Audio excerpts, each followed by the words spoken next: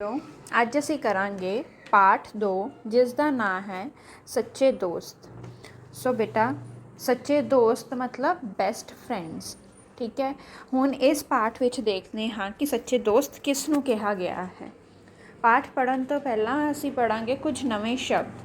ਪਹਿਲਾ ਹੈ ਪਰੀਖਿਆ, ਦੂਸਰਾ ਹੈ ਪਲੋਸਨਾ, ਤੀਸਰਾ ਹੈ ਬਖਸ਼ਿਸ਼, ਚੌਥਾ ਹੈ ਹਮਦਰਦ, ਪੰਜਵਾਂ ਹੈ ਉਤਸੁਕਤਾ। ਠੀਕ ਹੈ ਬੇਟਾ, ਇਹ ਹਨ ਕੁਝ ਨਵੇਂ ਸ਼ਬਦ। ਚਲੋ ਹੁਣ ਅਸੀਂ ਪੜ੍ਹਨਾ ਸ਼ੁਰੂ ਕਰਦੇ ਹਾਂ ਆਪਣੇ ਪਾਠ ਨੂੰ।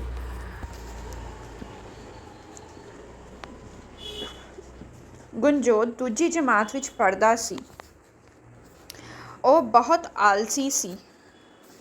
ਉਹ ਆਪਣੇ ਸਾਰੇ ਕੰਮ ਆਪਣੀ ਮੰਮੀ ਕੋਲੋਂ ਹੀ ਕਰਵਾਉਂਦਾ ਸੀ ਅਤੇ ਸਕੂਲ ਤੋਂ ਮਿਲਿਆ ਕੰਮ ਆਪਣੀ ਵੱਡੀ ਦੀਦੀ ਕੋਲੋਂ ਕਰਵਾ ਲੈਂਦਾ ਸੀ। ਸੋ ਬੇਟਾ, ਇਸ ਪਾਠ ਵਿੱਚ ਗੁਣਜੋਤ ਨਾਂ ਦਾ ਇੱਕ ਮੁੰਡਾ ਹੈ ਜੋ ਕਿ ਦੂਜੀ ਜਮਾਤ ਵਿੱਚ ਪੜ੍ਹਦਾ ਹੈ। ਉਹ ਬਹੁਤ ਆਲਸੀ ਸੀ। ਠੀਕ ਹੈ, ਉਹ ਆਪਣੇ ਸਾਰੇ ਕੰਮ, ਕੋਈ ਵੀ ਕੰਮ ਉਹ ਆਪਣਾ ਖੁਦ ਨਹੀਂ ਕਰਦਾ ਸੀ ਕਿਉਂਕਿ ਉਹ ਬਹੁਤ ਆਲਸੀ ਸੀ ਅਤੇ ਉਹ ਸਾਰੇ ਕੰਮ ਜਾਂ ਤਾਂ ਆਪਣੀ ਮੰਮੀ ਤੋਂ ਕਰਵਾਉਂਦਾ ਸੀ ਜਾਂ ਫਿਰ ਆਪਣੀ ਭੈਣ ਤੋਂ ਕਰਵਾਉਂਦਾ ਸੀ। ਉਸ ਨੂੰ ਤਾਂ ਬਸ ਸਾਰਾ ਦਿਨ ਟੀਵੀ ਉੱਤੇ ਕਾਰਟੂਨ ਦੇਖਣਾ ਹੀ ਚੰਗਾ ਲੱਗਦਾ ਸੀ। ਅਤੇ ਉਸ ਨੂੰ ਸਾਰਾ ਦਿਨ ਕੀ ਚੰਗਾ ਲੱਗਦਾ ਸੀ? ਟੀਵੀ 'ਤੇ ਕਾਰਟੂਨ ਦੇਖਣਾ। ਤੁਹਾਡੇ ਵਾਂਗੂ ਉਹ ਵੀ ਕਾਰਟੂਨ ਦਾ ਸ਼ੌਕੀਨ ਸੀ ਅਤੇ ਉਸ ਨੂੰ ਕਾਰਟੂਨ ਦੇਖਣਾ ਬਹੁਤ ਪਸੰਦ ਸੀ। ਇਸ ਕਾਰਨ ਉਹ ਪੜ੍ਹਾਈ ਵਿੱਚੋਂ ਪਿਛੜ ਗਿਆ ਸੀ। ਪਿਛੜ ਗਿਆ ਮਤਲਬ ਪਿੱਛੇ ਰਹਿ ਗਿਆ ਸੀ, ਹੁਸ਼ਿਆਰ ਨਹੀਂ ਸੀ। ਠੀਕ ਹੈ, ਅਤੇ ਕਾਰਟੂਨ ਦੇਖਣ ਦੀ ਲੱਤ ਕਾਰਨ ਉਹ ਪੜ੍ਹਾਈ ਤੋਂ ਪਿਛੜ ਗਿਆ ਸੀ। ਉਹ ਪੜ੍ਹਾਈ ਵੱਲ ਧਿਆਨ ਨਾ ਦਿੰਦਾ ਅਤੇ ਆਪਣੇ ਦੋਸਤਾਂ ਨੂੰ ਆਪਣੇ ਛੋਟੇ ਮੋਟੇ ਕੰਮ ਕਰਵਾ ਲੈਂਦਾ ਸੀ। ਉਸ ਦੀ ਇਸ ਆਦਤ ਤੋਂ ਪਰੇਸ਼ਾਨ ਜਮਾਤ ਵਿੱਚ ਵੀ ਉਸ ਨੂੰ ਕੋਈ ਵੀ ਨਹੀਂ ਬੁਲਾਉਂਦਾ ਸੀ, ਜਿਸ ਕਾਰਨ ਉਸ ਦੀ ਇਹ ਆਦਤ ਕਾਰਨ ਸਾਰੇ ਹੀ ਬਹੁਤ ਪਰੇਸ਼ਾਨ ਸੀ। ਉਸਦੇ ਮਾਤਾ ਪਿਤਾ, ਭੈਣ, ਉਹਦੇ ਦੋਸਤ, ਸਭ ਜਾਣੇ ਬਹੁਤ ਪਰੇਸ਼ਾਨ ਸੀ। ਅਤੇ ਇਹ ਹੈ ਮਨਰੂਪ, ਇਹ ਹੈ ਗੁਣਜੋਤ। ਠੀਕ ਹੈ, ਇਹ ਆਪਣੇ ਟੀਵੀ ਦੇਖਦਾ ਪਿਆ ਹੈ ਕਾਰਟੂਨ ਟੌਮ ਐਂਡ ਜੈਰੀ, ਅਤੇ ਉਸਦੀ ਭੈਣ ਲਾਗੇ ਬੈਠ ਕੇ ਉਸਦਾ ਕੰਮ ਕਰ ਰਹੀ ਹੈ। ਤੁਸੀਂ ਇਸ ਚਿੱਤਰ ਵਿੱਚ ਦੇਖ ਹੀ ਸਕਦੇ ਹੋ। ਅੱਗੇ ਪੜ੍ਹਦੇ ਹਾਂ। ਇੱਕ ਦਿਨ ਗੁਣਜੋਤ ਜਮਾਤ ਵਿੱਚ ਹੋਈ ਹਿਸਾਬ ਦੀ ਪ੍ਰੀਖਿਆ ਵਿੱਚੋਂ ਫੇਲ ਹੋ ਗਿਆ। ਉਸ ਦੇ ਸਾਥੀ ਨੇ ਉਸ ਦਾ ਬਹੁਤ ਮਜ਼ਾਕ ਉਡਾਇਆ। ਪ੍ਰੀਖਿਆ ਮਤਲਬ ਇਗਜ਼ਾਮ। ਠੀਕ ਹੈ, ਪੇਪਰ। ਅਤੇ ਹਿਸਾਬ ਦੀ ਪ੍ਰੀਖਿਆ ਮੈਥ ਦਾ ਪੇਪਰ ਸੀ ਜਿਸ ਵਿੱਚ ਉਹ ਫੇਲ ਹੋ ਗਿਆ। ਕੌਣ ਫੇਲ ਹੋ ਗਿਆ? ਗੁਣਜੋਤ। ਅਤੇ ਉਸਦੇ ਜਿਹੜੇ ਸਾਥੀ ਸੀ ਉਹਨਾਂ ਨੇ ਉਸਦਾ ਬੜਾ ਮਜ਼ਾਕ ਬਣਾਇਆ, ਉਸਦਾ ਬਹੁਤ ਮਖੌਲ ਉਡਾਇਆ। ਠੀਕ ਹੈ, ਕਿ ਤੂੰ ਮੈਥ ਵਿੱਚੋਂ ਫੇਲ ਹੋ ਗਿਆ ਹੈ। ਅੱਗੇ ਦੇਖਦੇ ਹਾਂ ਕੀ ਹੋਇਆ। ਗੁਣਜੋਤ ਰੋਂਦਾ ਰੋਂਦਾ ਘਰ ਆਇਆ ਅਤੇ ਮੰਮੀ ਨੂੰ ਕਹਿਣ ਲੱਗਾ, ਮੰਮੀ ਮੈਂ ਕੱਲ੍ਹ ਤੋਂ ਸਕੂਲ ਨਹੀਂ ਜਾਵਾਂਗਾ। ਅਤੇ ਜਦੋਂ ਉਸਦੇ ਦੋਸਤਾਂ ਨੇ ਉਸਦਾ ਮਜ਼ਾਕ ਉਡਾਇਆ ਤਾਂ ਉਸਨੂੰ ਬਹੁਤ ਬੁਰਾ ਲੱਗਾ ਅਤੇ ਉਹ ਰੋ ਕੇ ਘਰ ਵਾਪਿਸ ਆ ਗਿਆ ਅਤੇ ਕਹਿਣ ਲੱਗਾ ਕਿ ਉਹ ਹੁਣ ਸਕੂਲ ਨਹੀਂ ਜਾਵੇਗਾ। ਮੇਰੇ ਕੋਲੋਂ ਨਹੀਂ ਹੁੰਦੀ ਪੜ੍ਹਾਈ, ਮੈਂ ਪ੍ਰੀਖਿਆ ਵਿੱਚੋਂ ਵੀ ਫੇਲ ਹੋ ਗਿਆ ਹਾਂ। ਸਾਰੇ ਬੱਚੇ ਮੇਰਾ ਮਜ਼ਾਕ ਉਡਾਉਂਦੇ ਹਨ, ਮੇਰਾ ਕੋਈ ਦੋਸਤ ਵੀ ਨਹੀਂ ਹੈ।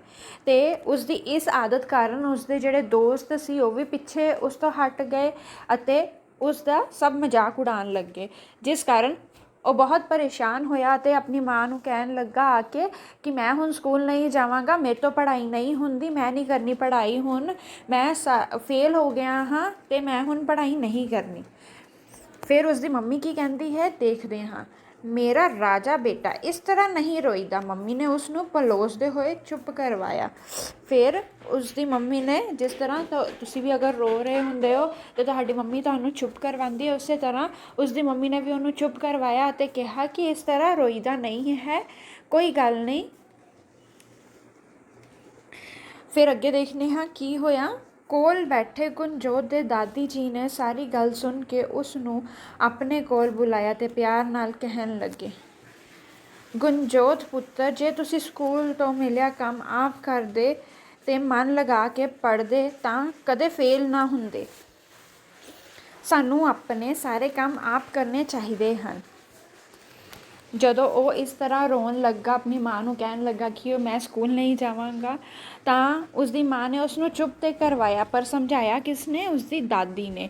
ਉਹ ਕਹਿਣ ਲੱਗੇ ਕਿ ਜੇਕਰ ਤੂੰ ਜੋ ਵੀ ਤੈਨੂੰ ਕੰਮ ਮਿਲਿਆ ਹੁੰਦਾ ਹੈ ਸਕੂਲ ਦਾ, ਅਗਰ ਤੂੰ ਉਹ ਆਪ ਕਰਦਾ ਤਾਂ ਫਿਰ ਤੂੰ ਕਦੇ ਵੀ ਫੇਲ ਨਹੀਂ ਹੋਣਾ ਸੀ ਅਤੇ ਕਿਸੇ ਨੇ ਤੇਰਾ ਮਜ਼ਾਕ ਵੀ ਨਹੀਂ ਬਣਾਉਣਾ ਸੀ। ਸਾਨੂੰ ਆਪਣੇ ਕੰਮ ਆਪ ਕਰਨੇ ਚਾਹੀਦੇ ਹਨ, ਸਭ ਕੰਮ। ਪਰ ਦਾਦੀ ਜੀ, ਮੈਨੂੰ ਪੜ੍ਹਾਈ ਸਮਝ ਨਹੀਂ ਆਉਂਦੀ ਅਤੇ ਮੇਰੀ ਕੋਈ ਚੰਗਾ ਦੋਸਤ ਵੀ ਨਹੀਂ ਹੈ ਜਿਸ ਦੀ ਮੈਂ ਮਦਦ ਲੈ ਸਕਾਂ। ਗੁਰਜੋਤ ਹੌਕੇ ਭਰਦਿਆਂ ਬੋਲਿਆ। ਮਤਲਬ ਗੁਰਜੋਤ ਇੰਨਾ ਰੋ ਰਿਹਾ ਸੀ ਕਿ ਉਸ ਕੋ ਚੰਗੀ ਤਰ੍ਹਾਂ ਬੋਲਿਆ ਵੀ ਨਹੀਂ ਜਾ ਰਿਹਾ ਸੀ। ਤੁਸੀਂ ਜਿਸ ਤਰ੍ਹਾਂ ਹੌਕੇ ਲੈ ਲੈ ਕੇ ਰੋਂਦੇ ਹੋ, ਉਸੇ ਤਰ੍ਹਾਂ ਉਹ ਵੀ ਰੋ ਰਿਹਾ ਸੀ। ਅਤੇ ਜਦੋਂ ਦਾਦੀ ਨੇ ਉਸਨੂੰ ਸਮਝਾਇਆ ਤਾਂ ਫਿਰ ਉਹ ਕਹਿਣ ਲੱਗਾ ਕਿ ਮੇਰਾ ਤਾਂ ਕੋਈ ਚੰਗਾ ਦੋਸਤ ਵੀ ਨਹੀਂ ਹੈ ਜਿਸ ਦੀ ਮੈਂ ਮਦਦ ਲੈ ਸਕਾਂ ਅਤੇ ਮੈਨੂੰ ਖੁਦ ਨੂੰ ਪੜ੍ਹਾਈ ਇੰਨੀ ਸਮਝ ਨਹੀਂ ਆਉਂਦੀ। ਵੇਖੋ ਪੁੱਤਰ ਜੀ, ਪਰਮਾਤਮਾ ਦੀ ਬਖਸ਼ਿਸ਼ ਨਾਲ ਸਾਡੇ ਸਾਰਿਆਂ ਕੋਲ ਸਾਡੀ ਮਦਦ ਕਰਨ ਲਈ ਬੜੇ ਹੀ ਚੰਗੇ 10 ਦੋਸਤ ਹਨ। ਉਹੀ ਸਾਡੇ ਸੱਚੇ ਹਮਦਰਦ ਹਨ। ਸਾਨੂੰ ਸਿਰਫ ਉਹਨਾਂ ਦੀ ਹੀ ਮਦਦ ਲੈਣੀ ਚਾਹੀਦੀ ਹੈ। ਦਾਦੀ ਜੀ ਨੇ ਉਸ ਦੇ ਸਿਰ 'ਤੇ ਹੱਥ ਫੇਰਦੇ ਹੋਏ ਕਿਹਾ।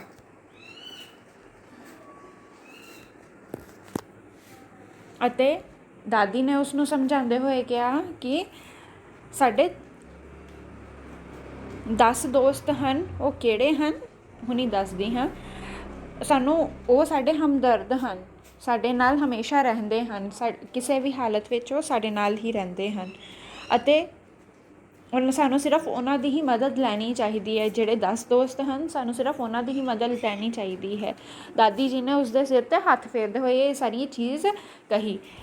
ਫਿਰ ਤੁਹਾਡੇ ਵੀ ਮਨ ਵਿੱਚ ਹੋਏਗਾ ਕਿ 10 ਦੋਸਤ, ਕਿਹੜੇ ਵਾਲੇ 10 ਦੋਸਤ? ਉਸੇ ਤਰ੍ਹਾਂ ਗੁਰਜੋਤ ਦੇ ਮਨ ਵਿੱਚ ਵੀ ਇਹੀ ਗੱਲ ਆਈ ਕਿ ਕਿਹੜੇ 10 ਦੋਸਤ? 10 ਦੋਸਤ? ਕਿਹੜੇ 10 ਦੋਸਤ? ਗੁਰਜੋਤ ਨੇ ਬੜੀ ਉਤਸੁਕਤਾ ਨਾਲ ਪੁੱਛਿਆ। ਅਤੇ ਅੱਗੋਂ ਦਾਦੀ ਜੀ ਕੀ ਕਹਿੰਦੇ ਹਨ, ਦੇਖਦੇ ਹਾਂ। ਅੱਗੇ ਦਾਦੀ ਜੀ ਮੁਸਕਰਾ ਕੇ ਕਹਿਣ ਲੱਗੇ, ਇਹ ਹਨ ਸਾਡੇ 2 ਹੱਥ, 2 ਪੈਰ, 2 ਕੰਨ, 2 ਅੱਖਾਂ, 1 ਨੱਕ ਅਤੇ 1 ਮੂੰਹ। ਅਤੇ ਫਿਰ ਦਾਦੀ ਜੀ ਨੇ ਕੀ ਕਿਹਾ? ਸਾਡੇ ਬੋਡੀ ਪਾਰਟਸ ਹਨ ਜੋ, ਉਹੀ ਸਾਡੇ 10 ਦੋਸਤ ਹਨ। ਬੋਡੀ ਪਾਰਟਸ ਵਿੱਚ ਕੌਣ? 2 ਹੱਥ, 2 ਪੈਰ, 2 ਅੱਖਾਂ, 2 ਕੰਨ, 1 ਨੱਕ ਅਤੇ 1 ਮੂੰਹ। ਹੋ ਗਏ ਨਾ 10 ਪੂਰੇ। ਜੇ ਅਸੀਂ ਆਪਣੇ ਇਹਨਾਂ ਦੋਸਤਾਂ 'ਤੇ ਭਰੋਸਾ ਕਰਕੇ ਮਿਹਨਤ ਕਰਾਂਗੇ ਤਾਂ ਸਾਰੇ ਕੰਮ ਆਪਣੇ ਆਪ ਹੀ ਸਿਰੇ ਚੜ੍ਹ ਜਾਣਗੇ। ਜਿਹੜੇ ਬੱਚੇ ਆਪਣੇ ਸਾਰੇ ਕੰਮ ਆਪ ਕਰਦੇ ਹਨ ਉਹ ਹਮੇਸ਼ਾ ਅੱਗੇ ਹੀ ਰਹਿੰਦੇ ਹਨ। ਅਤੇ ਉਸਦੇ ਦਾਦੀ ਨੇ ਕੀ ਸਮਝਾਇਆ ਕਿ ਸਾਡੇ ਜਿਹੜੇ 10 ਦੋਸਤ ਹਨ, ਸਾਨੂੰ ਸਿਰਫ ਉਹਨਾਂ ਦੀ ਹੀ ਮਦਦ ਉਹਨਾਂ ਤੋਂ ਹੀ ਮਦਦ ਲੈਣੀ ਚਾਹੀਦੀ ਹੈ। ਉਹੀ ਸਾਡੇ ਸੱਚੇ ਹਮਦਰਦ ਹੁੰਦੇ ਹਨ, ਸਾਨੂੰ ਕਦੇ ਵੀ ਛੱਡ ਕੇ ਨਹੀਂ ਜਾਂਦੇ। ਅਤੇ ਉਹ 10 ਦੋਸਤ ਹਨ ਸਾਡੇ ਬੋਡੀ ਪਾਰਟਸ। ਅਤੇ ਸਾਨੂੰ ਔਰ 'ਤੇ ਹੀ ਹਮੇਸ਼ਾ ਭਰੋਸਾ ਰੱਖਣਾ, ਸਾਨੂੰ ਆਪਣੇ ਆਪ 'ਤੇ ਹੀ ਹਮੇਸ਼ਾ ਭਰੋਸਾ ਰੱਖਣਾ ਚਾਹੀਦਾ ਹੈ। ਅਗਰ ਅਸੀਂ ਆਪਣੇ ਆਪ 'ਤੇ ਭਰੋਸਾ ਰੱਖਾਂਗੇ ਤਾਂ ਹੀ ਅਸੀਂ ਅੱਗੇ ਵੱਧ ਸਕਾਂਗੇ ਅਤੇ ਹਮੇਸ਼ਾ ਅੱਗੇ ਹੀ ਵੱਧਦੇ ਜਾਵਾਂਗੇ। ਠੀਕ ਹੈ ਦਾਦੀ ਮਾਂ, ਮੈਂ ਸਮਝ ਗਿਆ। ਅੱਜ ਤੋਂ ਮੈਂ ਆਪਣੇ ਸਾਰੇ ਕੰਮ ਆਪ ਕਰਾਂਗਾ ਅਤੇ ਮਨ ਲਗਾ ਕੇ ਪੜ੍ਹਾਂਗਾ। ਫਿਰ ਗੁਰਜੋਤ ਨੂੰ ਸਮਝ ਆਈ ਅਤੇ ਉਹ ਸਮਝ ਗਿਆ ਦਾਦੀ ਦੀ ਗੱਲ। ਫਿਰ ਉਹ ਕਹਿਣ ਲੱਗਾ ਕਿ ਠੀਕ ਹੈ ਦਾਦੀ ਮਾਂ, ਮੈਂ ਆਪਣਾ ਕੰਮ ਆਪ ਕਰਾਂਗਾ ਅਤੇ ਸਭ ਸਮਝਾਂਗਾ। ਮੈਂ ਆਪਣਾ ਘਰ ਦਾ ਅਤੇ ਸਕੂਲ ਦਾ ਕੰਮ ਵੀ ਆਪ ਹੀ ਕਰਾਂਗਾ। ਇੰਨਾ ਕਹਿ ਕੇ ਗੁਰਜੋਤ ਨੇ ਆਪਣਾ ਬਸਤਾ ਚੁੱਕਿਆ ਅਤੇ ਦਾਦੀ ਮਾਂ ਕੋਲ ਬੈਠ ਕੇ ਪੜ੍ਹਨ ਲੱਗ ਪਿਆ। ਇਹ ਵੇਖ ਕੇ ਸਾਰੇ ਬਹੁਤ ਪ੍ਰਸੰਨ ਹੋਏ ਅਤੇ ਅੰਤ ਵਿੱਚ ਜੋ ਗੁਰਜੋਤ ਸੀ ਉਹ ਸਮਝ ਗਿਆ ਅਤੇ ਉਸਨੂੰ ਸਮਝ ਆ ਗਈ ਕਿ ਆਪਣਾ ਕੰਮ ਆਪ ਹੀ ਕਰਨਾ ਚਾਹੀਦਾ ਹੈ। ਸਾਨੂੰ ਕਿਸੇ 'ਤੇ ਵੀ ਨਿਰਭਰ ਨਹੀਂ ਹੋਣਾ ਚਾਹੀਦਾ। ਤਾਂ ਹੀ ਅਸੀਂ ਆਪਣੇ ਜੀਵਨ ਵਿੱਚ ਸਫਲ ਹੋ ਪਾਵਾਂਗੇ ਜੇ ਅਸੀਂ ਆਪਣਾ ਕੰਮ ਖੁਦ ਕਰਾਂਗੇ। ਅਤੇ ਪ੍ਰਸੰਨ ਦਾ ਮਤਲਬ ਹੈ ਖੁਸ਼ ਹੋਣਾ। ਠੀਕ ਹੈ। ਇਹ ਸਾਰੀ ਕਹਾਣੀ ਕਿਸ ਨੇ ਲਿਖੀ ਹੈ? ਪਰਮਵੀਰ ਨੇ ਇਹ ਕਹਾਣੀ ਲਿਖੀ ਹੈ। ਠੀਕ ਹੈ ਬੇਟਾ। ਸੋ ਤੁਸੀਂ ਇਸ ਪਾਠ ਨੂੰ ਇਸ ਤਰ੍ਹਾਂ ਹੀ ਸਮਝਣਾ ਹੈ ਅਤੇ ਇਸ ਤਰ੍ਹਾਂ ਹੀ ਪੜ੍ਹਨਾ ਹੈ। Bye bye.